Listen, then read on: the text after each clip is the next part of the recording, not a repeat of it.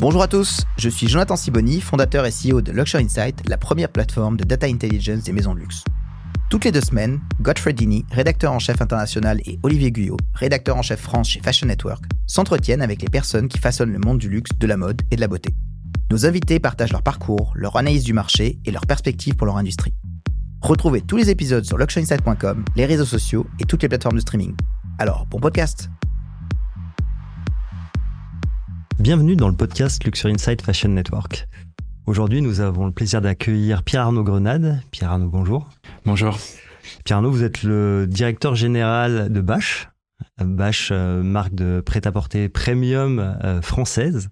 Ça va bientôt faire 10 ans que vous êtes à la tête de cette marque. Et aujourd'hui, on est très heureux de vous accueillir parce que vous allez nous parler notamment, pas seulement de ça, mais de la manière dont vous venez d'obtenir la certification B Corp. On va peut-être expliquer ce que c'est que B Corp, mais c'était vraiment un travail de longue haleine pour l'ensemble de votre société. Alors en effet, on vient d'être certifié B Corp avec un score de 98 points. C'est un score dont on est très fiers. Toutes les équipes ont beaucoup œuvré. La moyenne du secteur, elle est à 80 points. Donc B Corp, c'est une certification qui vient sanctionner tout l'engagement environnemental, sociétal de la société, qui répond à des critères très très stricts. C'est un audit assez complet. En l'occurrence, c'est un processus d'audit qui a duré 18 mois chez Bash. Je pense que c'est à peu près le même pour tout le monde.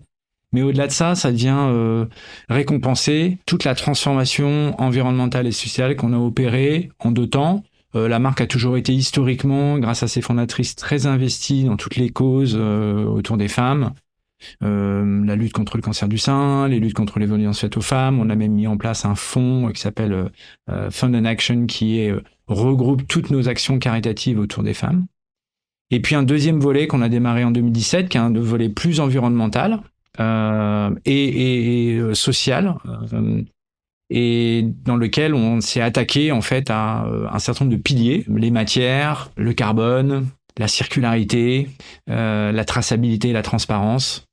Et donc on a travaillé sur tous ces piliers, et B Corp en fait prend en compte tout le travail qui a été exécuté, l'audit très sérieusement, parce que c'est des questions extrêmement précises, lesquelles il suffit pas de faire des déclarations, mais il faut vraiment amener des preuves en fait de tout ce qu'on a fait. Et il délivre ensuite un certificat. Et donc on vient de l'avoir, on l'a eu en juin. Et donc pour nous c'est pas une destination, hein. C'est-à-dire que c'est plus un encouragement à aller plus loin. Alors ce qui est très intéressant là-dedans, effectivement, c'est que c'est dans la mentalité de B Corp de dire le premier score n'est qu'une première étape. Vous avez 98 sur 200, vous avez raison d'être satisfait de ça, une très bonne note par rapport à l'ensemble du secteur. Les meilleurs dans le secteur sont en général cités comme étant Patagonia, qui est autour un peu plus de 110 points. Mais voilà, sur 200 points, ça montre aussi pour toutes les marques, il y a un progrès à réaliser.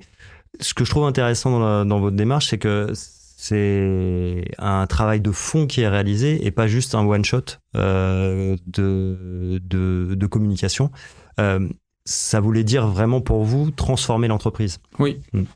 Oui, c'est une vraie transformation. Et ce qui est intéressant en effet dans B Corp, c'est qu'on dépasse les sujets de communication, de greenwashing. On est vraiment sur les sujets de fond. Nous, on a toujours défendu une approche très holistique de la RSE, c'est-à-dire de pouvoir attaquer ces fameux piliers en profondeur. Et en effet, alors c'est une bonne note. Il y a un astéroïde dans le monde, c'est effectivement Patagonia qui a 150 points en l'occurrence sur une échelle. Ouais, 150. Bon, mais j'allais dire c'est un peu le rôle modèle dans le domaine parce qu'ils ont été très tôt et grâce à leur fondateur très investis sur tous les sujets environnementaux. Et la partie sociale a toujours été aussi prise en compte. Exactement. Donc nous, c'est le cas. Hein. On adresse tous les sujets parce qu'évidemment, j'en ai pas parlé, mais on adresse les sujets auprès de nos fournisseurs qui ont beaucoup participé. Et donc, évidemment, c'est important de remercier les équipes qui ont fait un travail incroyable et aussi nos fournisseurs qui nous ont accompagnés dans cette transformation. C'est ça qui est intéressant, moi je trouve, vraiment dans la manière dont vous menez cela chez Bash. C'est pas pour vous jeter des fleurs, mais on voit chez Fashion Network, on voit beaucoup de marques qui font des premiers pas.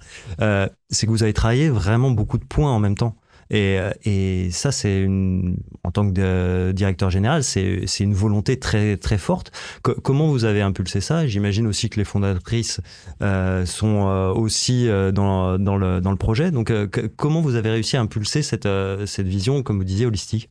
En fait, on était d'abord, si on est très honnête, la volonté, elle est née des équipes, en fait, et nous, on l'a orchestrée.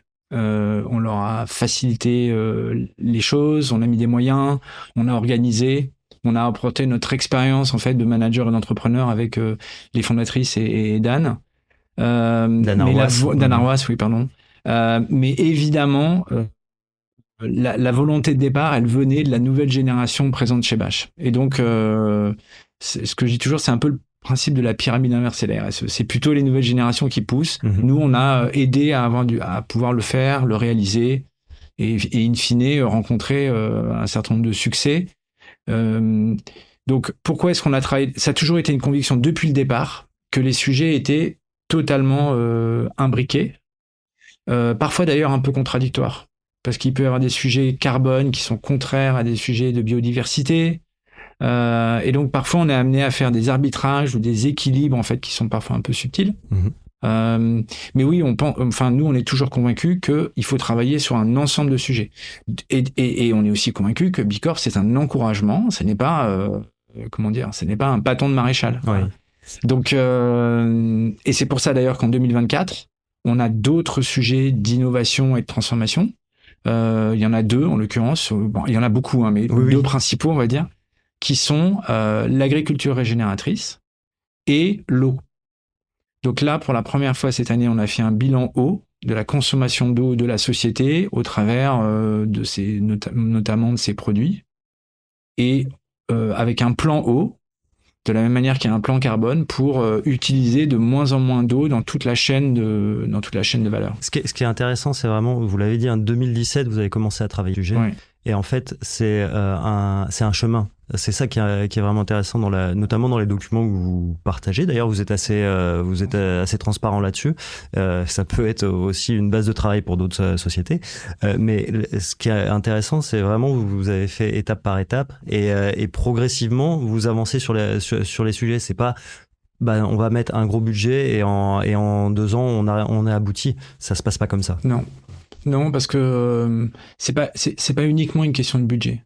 C'est aussi une question de solution. On peut pas décréter tout simplement que du jour au lendemain on va changer ces matières. Faut les trouver, faut les sourcer, faut pouvoir se les payer. On peut pas décréter du jour au lendemain qu'on va auditer tous les fournisseurs.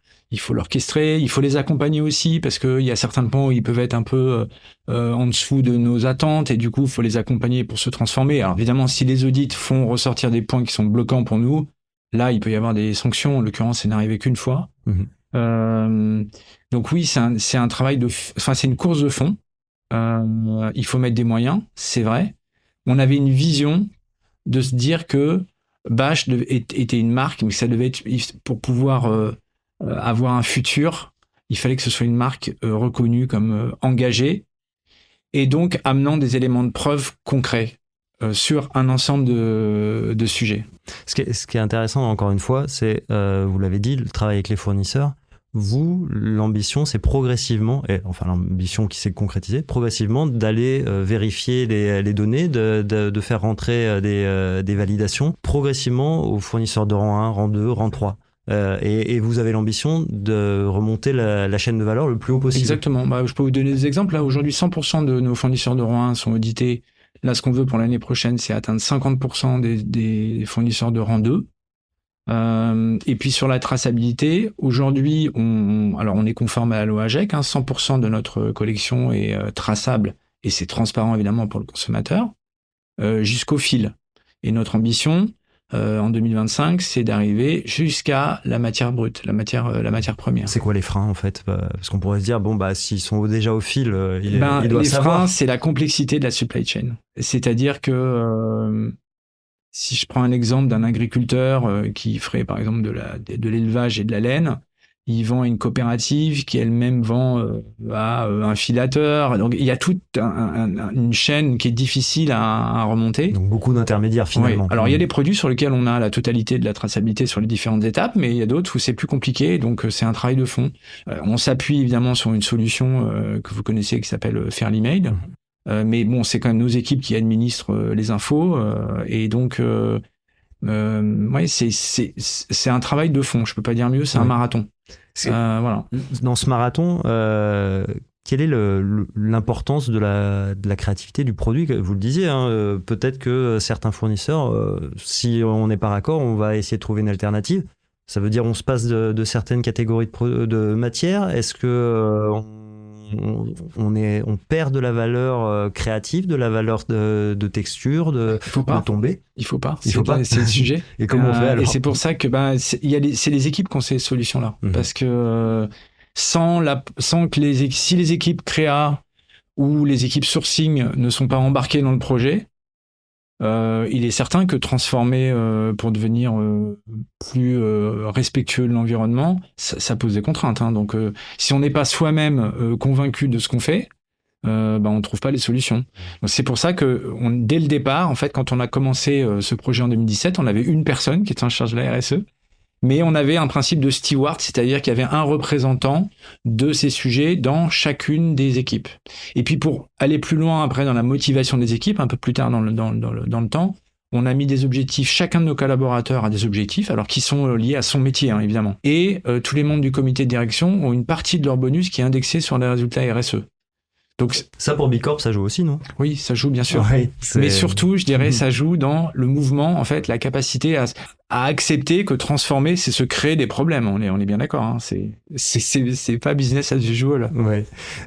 Est-ce qu'on perd du business? Est-ce qu'on perd je sais pas, si on fait pas certaines catégories de produits ou certaines matières, on perd des ventes potentiellement? Nous, on n'a jamais été confrontés à ça de façon aussi blanc-noir. On a abandonné certaines matières. D'accord. On a abandonné par exemple la fourrure. Ouais. Il est probable qu'on ait perdu un certain nombre de clients, mais il est probable qu'on en ait gagné aussi. Donc je vous dire exactement, c'est difficile à apprécier. Je pense que l'enjeu derrière ça, c'est de se dire, la question en fait que vous posez, c'est est-ce que les clients sont sensibles à ces sujets-là au point de préférer une marque plutôt qu'une autre et au point aussi d'être prêt à payer plus. Pour l'instant, sincèrement, on peut pas dire que ce soit évident. Les dernières, enfin toutes les études, notamment de l'IFM sur ce sujet-là, montrent que ce n'est pas l'élément clé de décision pour un consommateur. Donc c'est quand même une conviction de la marque avant d'être un élément de différenciation. Exactement. C'est à la marque de prendre ses responsabilités, et moi je pense malgré tout que ça va évoluer, que ça va changer. C'est-à-dire que les consommateurs vont devenir de plus en plus sensibles à ça. On voit que ça va être un vrai critère, exactement, un vrai critère de décision. Et c'est pour ça d'ailleurs qu'on a décidé de faire une campagne Bicorp et de pas le laisser à un niveau corporate, mais de le partager avec nos clients en utilisant, parce que Bicorp finalement toutes ces transformations, c'est pour le futur. Et donc on a décidé de faire incarner cette campagne par des enfants qui sont censés être des collaborateurs et des collaboratrices de BAH et qui annoncent la certification. C'était à la fois pour le rendre plus accessible. C'est une campagne légère dans un environnement qui est un peu pesant quand même, globalement. On parle de normes, on parle de contraintes. Voilà, qui est compliqué à comprendre. Oui. Et puis bon, l'environnement même, j'allais dire, un peu global. En France ou ailleurs, il est un petit peu lourd en ce moment. Donc c'était une façon un peu plus légère et fraîche de le dire. Mais on peut dire qu'on est quand même au début de la prise de conscience, je pense. Tout le monde en a conscience, mais il y a encore une déconnexion, je trouve, entre ce qu'on pense et concrètement ce qu'on achète, quoi. Oui, peut-être qu'il y avait eu cela dans l'alimentaire à une période. Par contre, sur le vêtement, c'est peut-être pas encore mûr de la même manière. Oui, puis je pense qu'il y a un rapport au corps dans l'alimentaire ou dans la cosmétique qui n'y a pas forcément encore dans la mode. Et donc, je pense qu'il n'y a pas encore ça. Mais cette connexion ne s'est pas encore faite. Oui. Mais quand on voit les progrès de la seconde main, quand on voit le succès de certaines marques, dont Patagonia, dont on parlait à l'instant, on voit bien quand même que, et je pense qu'il va y avoir un saut générationnel très fort aussi. Moi, je suis convaincu que les deux vont se rejoindre, c'est-à-dire qu'on va là avoir à la fois sa conscience et sa façon de faire qui vont se rejoindre. Et puis de toute façon, Barbara, Sharon, Dan et moi, on était convaincus que c'est la bonne chose à faire. On est toujours convaincus que c'est la bonne chose à faire. Et justement là-dessus, vous étiez plutôt en amont d'un secteur et même de décisions qui avaient l'air de se mettre en place, de directives, de normes européennes ou françaises. Il y a une espèce d'attentisme actuellement sur ces questions-là, voire de rejet d'un certain nombre d'acteurs vis-à-vis des engagements responsables, en disant il y a d'autres priorités que ça actuellement, on va repousser ces projets-là. Vous le voyez comment ce discours-là, alors que vous avez fait des investissements importants, vous croyez, semble-t-il, à ces changements-là, vous voyez comment ce discours-là? Nous, on a toujours été pour l'optimisme d'action. D'abord, c'est le fait de se dire on peut changer les choses, on peut faire de la mode différemment, on peut avoir un business model qui est vertueux. Donc, si vous voulez, déjà, c'est une question de mindset. C'est-à-dire qu'on peut toujours voir les choses comme une contrainte ou comme une opportunité. Ça, c'est un choix, j'allais dire quasiment personnel. Ouais. Nous, ça a toujours été notre philosophie chez Bash. C'est une philosophie très collective et très positive. Vous parliez tout à l'heure de l'écosystème qu'on a entraîné. Je pense que ça, c'est tellement dans l'ADN de ce que Barbara et Sharon ont créé. Et un ADN très positif, très optimiste. Mais là moi, je voulais vous faire réagir aussi sur... encore une fois, c'est plutôt flatteur ce que vous avez réussi, mais je pensais que vous alliez me le dire directement. Mais en 2022, vous avez eu une progression de 22% du chiffre d'affaires et une réduction de 15% de l'impact carbone. Exactement. Moi, je trouve ça assez contre-intuitif, on va dire. Donc, ça exprime ce mindset positif dont vous Exactement. parlez. Et là, on va publier notre rapport RSE. Là, il va être mis en ligne, je pense, lundi. Il est très détaillé parce que, comme vous dites, nous, on fait le choix de dire où on en est. Alors, il y a des sujets où on est un peu moins bon que ce qu'on avait imaginé.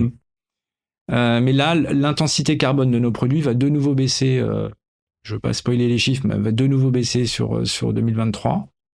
Donc oui, c'est possible, bien sûr. Après, comme nous tous, on manage la rapidité avec laquelle on fait les choses en fonction du contexte.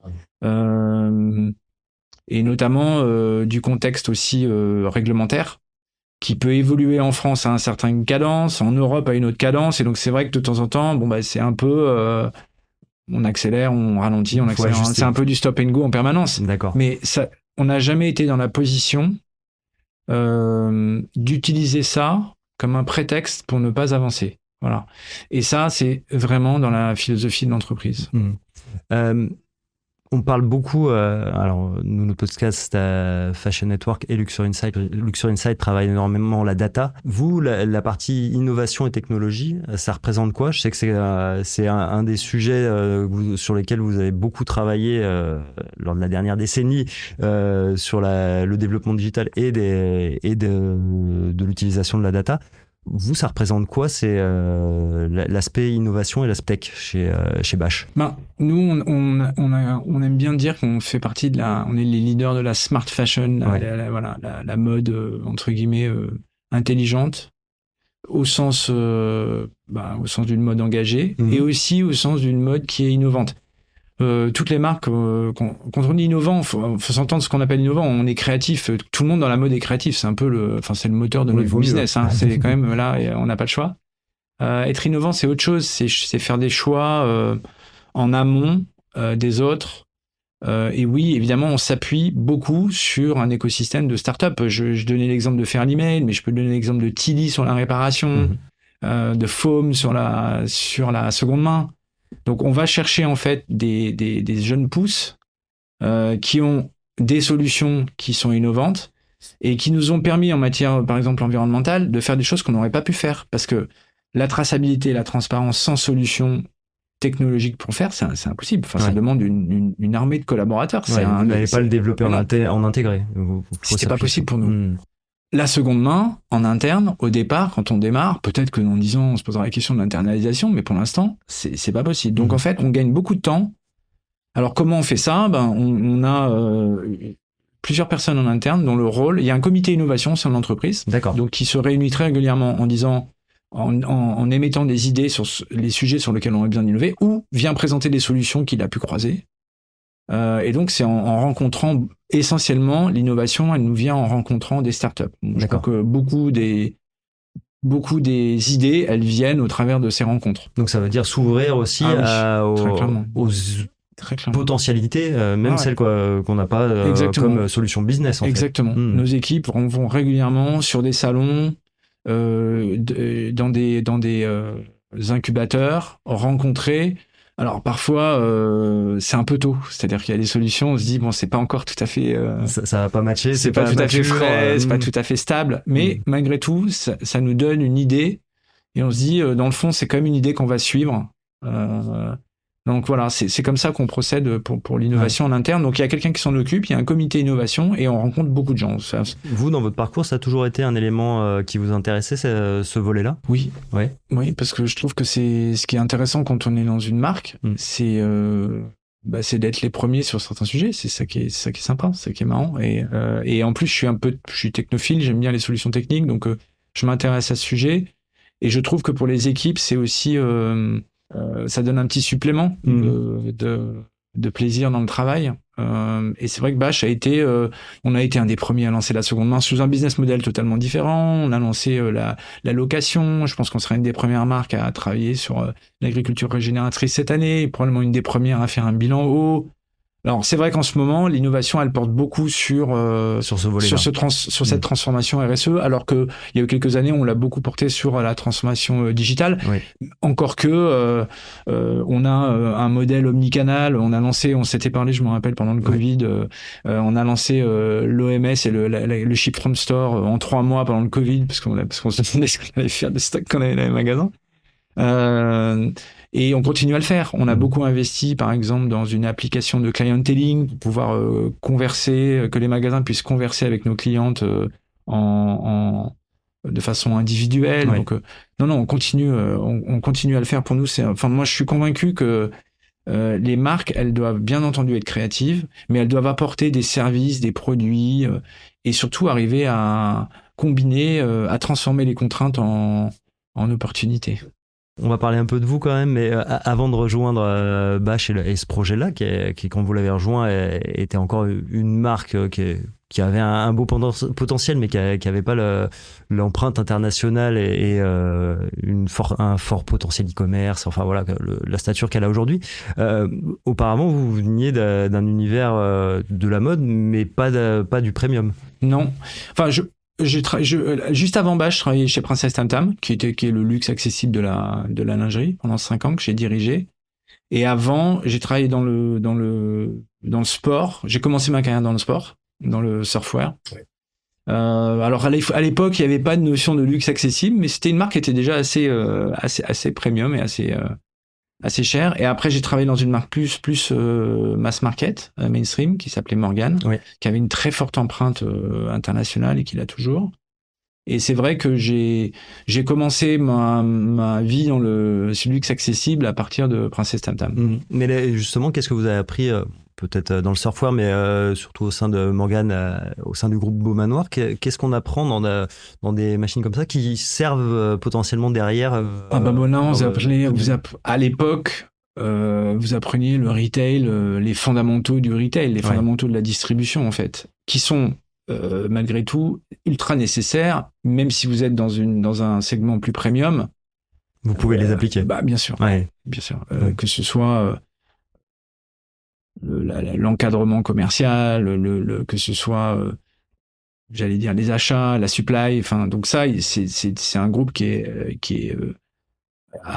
avait déjà à l'époque une excellence opérationnelle qui a été un vrai apprentissage pour moi. Oui. Et du coup le volet international, c'est quelque chose aussi que vous avez pu apporter derrière sur Bash.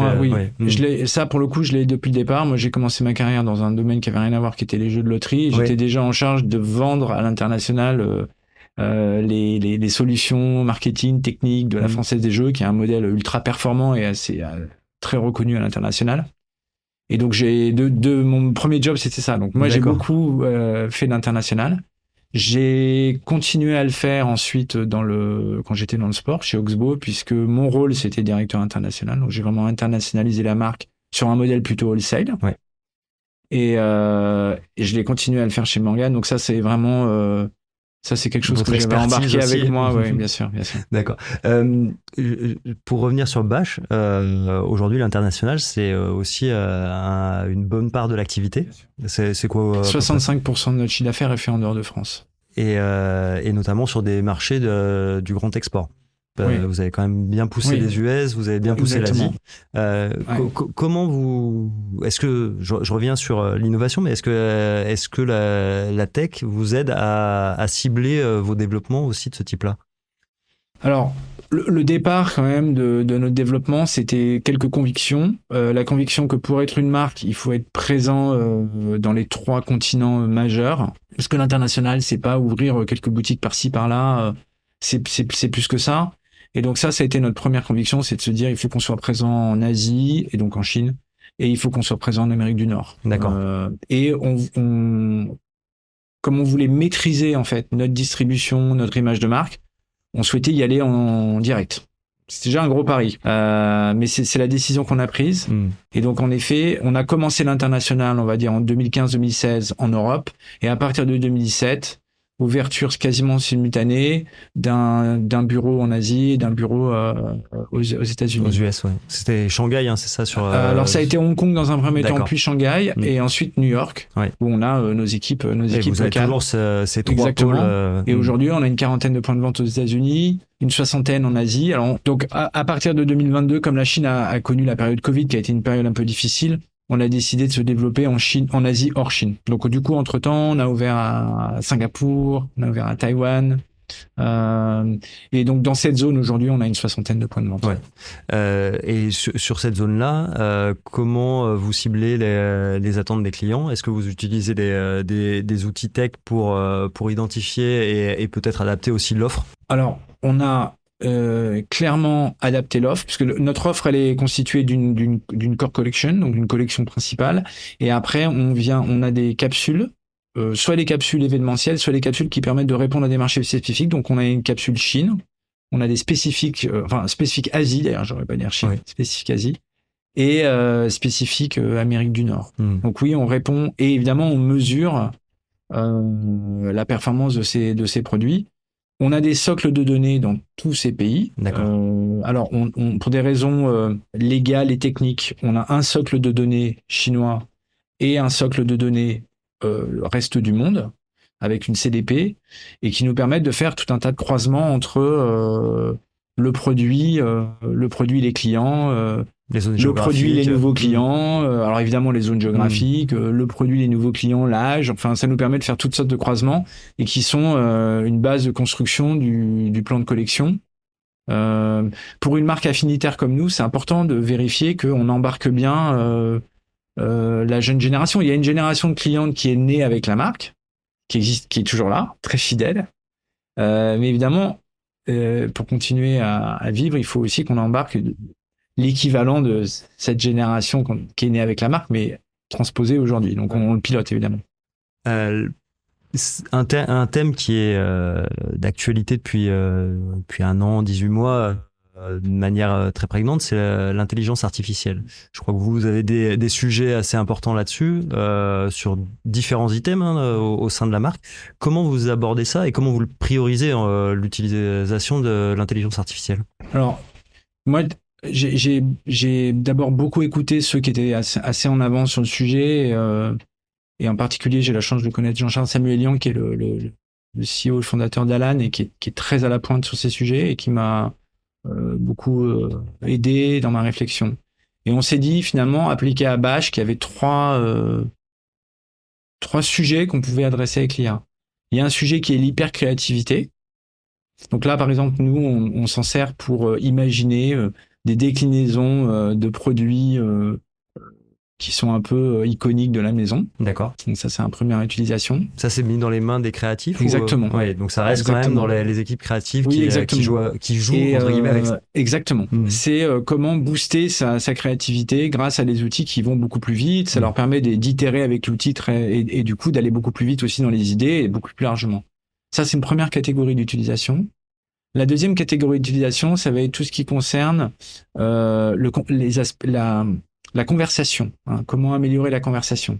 Bon, par exemple, là, nous, on a un outil qui permet de répondre au sein de notre service client automatiquement aux mails qui sont envoyés par la cliente. Aujourd'hui, une trentaine de % de mails sont faits automatiquement par la solution parce qu'elle comprend la question, elle va chercher les infos et elle répond. Et à l'intérieur de ces 30%, 50% ne demandent aucune retouche, il n'y a pas d'erreur. 50% demandent une petite retouche. Dans tous les cas, évidemment, c'est validé par un humain. Par notre équipe qui valide avant de répondre. Évidemment, ça va de soi. Et la troisième catégorie d'outils, ça va être des outils dans lesquels on veut améliorer la productivité des équipes.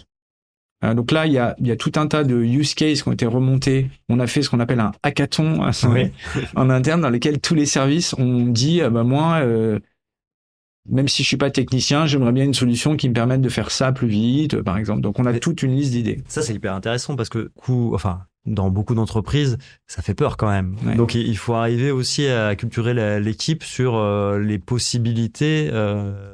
En leur disant mais non, ça va pas remplacer votre job. En gros, j'imagine que ça fait partie des interrogations. Bien sûr. Et il a fallu le faire. Il a fallu expliquer ce que c'était que l'IA, montrer que ça pouvait être en fait un très bon compagnon de travail qui permet d'aller plus vite sur certains sujets et de se consacrer à d'autres sujets. On a passé cette phase. Là, on est dans une phase dans laquelle les équipes sont assez demandeuses. Donc là, on est plus dans une phase où on doit trier je crois qu'on a eu 91 suggestions d'utilisation de l'IA. Autant dire qu'on peut pas tous les passer. L'équipe peut pas tout gérer en même temps. Ça, c'est pas possible. Donc on est en train de les ordonner par ordre de priorité, aussi par le niveau d'effort que ça va demander et pour avancer. Mais je pense qu'on a passé ce stade où les équipes sont convaincues que ça permet de faire des choses beaucoup plus rapidement. Oui. Alors évidemment, au début, vous savez, vous entendez beaucoup les gens sur oui, mais elle raconte n'importe quoi. Oui, bien sûr, c'est normal. Une intelligence artificielle, c'est pas intelligent. Hein. C'est juste une capacité à relier des choses entre elles. Ou bien on entend beaucoup, mais la confidentialité de la donnée. Bon, tout ça, c'est vrai. Je veux dire, mais on en revient à ce mindset qui est est-ce qu'on voit le verre à moitié plein ou est-ce qu'on voit le verre à moitié vide? Et ce qui est vrai, c'est que malgré tout, pour le futur de ces outils, quand on voit la rapidité avec laquelle ils évoluent, la puissance de ce qu'ils peuvent proposer, synthétiser, faire pour vous, la question, elle va se poser dans le futur, mais ça dépasse largement bas, sincèrement, c'est pas de savoir ce que l'intelligence artificielle peut faire. La question, ça va être qu'est-ce qu'on veut qu'elle fasse. Et qu'est-ce qu'on limite? Quel est le cadre à un moment donné? Ce sera un sujet. On n'en est pas là chez Bash. Oui. Mais bien sûr que ça sera un questionnement pour tout le monde. On a bien avancé dans notre échange. Sur cette année 2024, vous avez quelles ambitions? Elle est un peu particulière. On voit en termes géopolitiques, en termes politiques françaises. Il y a plein de choses qui se passent. Vous avez quelles ambitions pour la marque? Est-ce que vous visez une croissance? Est-ce que vous avez des projets de développement sur certains marchés ou des projets particuliers? Alors, nous, notre ambition là, on continue à ouvrir des boutiques, mais on va surtout ouvrir des boutiques avec une expérience plus élevée et des boutiques plus expérientielles. Notre ambition aussi cette année, c'est d'être plus précis sur le discours de la marque, d'être une marque engagée. Donc ça, Bicorp faisait partie de la roadmap 2024. Donc c'est coché, c'est déjà bien. C'est coché, c'est pas, comme je disais tout à l'heure, c'est pas, on va pas arrêter pour autant, mais en tout cas, c'était un de nos objectifs, c'était d'obtenir cette certification et de le faire savoir. Il y a d'avancer beaucoup sur la relation client. Ça va être un de nos très gros objectifs. On a des outils pour le faire. On veut lancer un programme relationnel. On veut aussi continuer à développer la partie événementielle de nos boutiques normales. Évidemment, il y aura dans nos flagships des véritables événements qui vont se dérouler, un certain nombre d'animations, et puis les lieux vont être très différents. Donc nous, on continue à avoir une roadmap très intense, en fait, tournée vers le client, la marque son engagement, mais j'allais dire arriver toujours à maintenir la marque, la perception de marque comme étant plus premium que les autres. Voilà, c'est ça notre objectif. L'ambition de faire de Bash une marque à un demi-milliard d'euros de chiffre d'affaires, elle est toujours là sur le moyen terme. En fait, bien sûr. Et d'ailleurs, c'est ce qui nous a fait avancer. Hein. Vous me posiez la question de tout à l'heure, pourquoi vous êtes allé aux États-Unis, pourquoi vous êtes en Chine, pourquoi vous avez fait l'environnement. En fait, dans une roadmap, vous pouvez de temps en temps un peu patiner pendant une année parce que le contexte s'y prête pas. Et que vous dites bon bah là faut que je sois un peu plus prudent ou que je me rende à l'évidence, ça va pas être une année facile, mais ce qui compte c'est la vision en fait. Et donc nous on va être une marque lifestyle qui va au-delà, qui a un univers émotionnel très fort et non pas simplement un label. C'est ça qui est important. Et du coup, ces flagships, là, je crois qu'il y en a 3 qui sont dans les cartons. Exactement. Il y en a un à Paris, un à New York et un à Hong Kong. Vous cochez les 3, les 3 zones. Justement, c'est ça l'idée de renforcer le lifestyle. Bien sûr. Renforcer le lifestyle, renforcer la perception premium de la marque. Donc ça, c'est vraiment très important.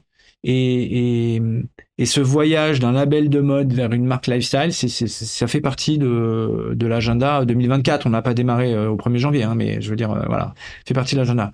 La deuxième chose, c'est d'être une marque engagée. Ça, on en a parlé, c'est très important. Et la troisième, c'est d'être une marque relationnelle, conversationnelle, communautaire au sens où on anime en fait une communauté de clients qui partagent les valeurs de la marque, qui partagent son art de vivre, qui ont envie finalement de prendre un petit bout de cet art de vivre inspiré de nos fondatrices et de l'avoir chez elles, sur elles. Voilà, c'est ça notre ambition. Ouais. C'est arriver à affirmer en fait tout cet univers-là, le dire plus fort et emmener vraiment la communauté avec. Exactement, parce que je pense que le marché, les clients, ils vont de plus en plus faire confiance aux marques. Et donc, c'est pour ça qu'on fait ça. Après, comme à chaque fois, quand on a écrit le business plan avec El Caterton, on n'a pas prévu le Covid, on a pris 2 ans de retard. Bon, bah, c'est pas grave. On avait quand même cette vision long terme et là, on l'a toujours. Ce qu'on sait aussi, c'est que les marques qui ne font qu'un métier ou les labels qui font qu'un métier, en fait, ils atteignent assez rapidement un plafond de verre. Et donc, nous, on n'y est pas encore à ce plafond de verre. Ouais. Mais on veut l'anticiper et d'être prêt à le transpercer le moment venu. Voilà. Bon, on vous le souhaite en tout cas. Merci beaucoup. Pierre-Arnaud Grenade, merci pour cet échange. Merci Olivier, c'était un plaisir. C'était vraiment un plaisir. C'est ainsi que se termine ce podcast Luxury Insight Fashion Network. À très vite pour une nouvelle écoute.